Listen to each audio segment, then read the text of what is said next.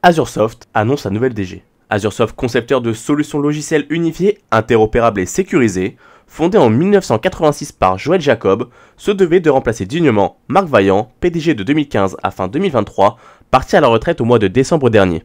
Voilà qui est chose faite en ce mois de janvier. Azuresoft, entreprise historique dans le domaine de la sécurité et de la sûreté et partenaire de l'Agora des directeurs de la sécurité, a donc jeté son dévolu sur Sophie Charrier, aujourd'hui directrice générale de la société.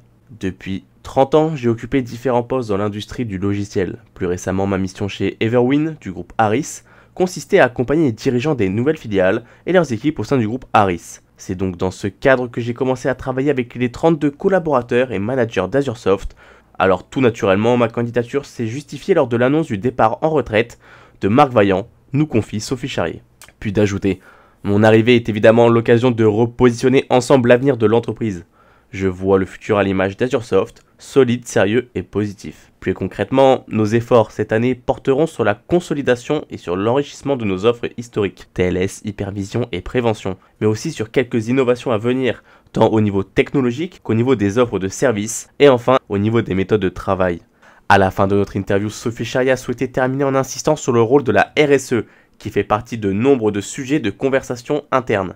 Il nous importe désormais de mettre en application d'une façon équilibrée et progressive pour l'avenir de la planète, mais aussi celui de nos jeunes générations et collaborateurs.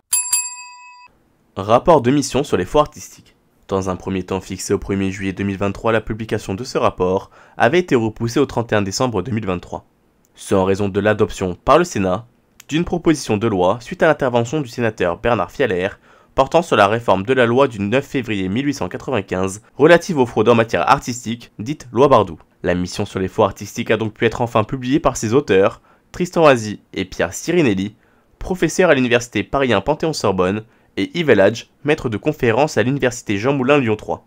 Le ministère précise que la première partie de ce texte est consacrée à rendre compte du droit positif en matière de lutte contre les faux, en examinant successivement le droit d'auteur, le droit civil et le droit pénal. Il démontre notamment les limites de la loi Bardoux, dépassée par son temps. La deuxième concerne l'analyse de la proposition de loi modifiant et réformant la loi Bardoux, adoptée par le Sénat le 16 mars 2023. Elle a pour but de couvrir, à l'inverse de son prédécesseur, toutes les fraudes artistiques et tous les acteurs qui en seraient responsables. La troisième partie est consacrée aux diverses recommandations ayant pour objectif de renforcer cette proposition de loi avant son passage devant l'Assemblée nationale. Si certaines de ces recommandations ont pour objectif d'ajuster les dispositions pénales adoptées par le Sénat, d'autres visent à consacrer un nouveau volet civil inspiré du régime de l'action civile en contrefaçon, permettant à tous ceux ayant à souffrir d'un préjudice causé par une fraude artistique d'obtenir réparation, précise le rapport.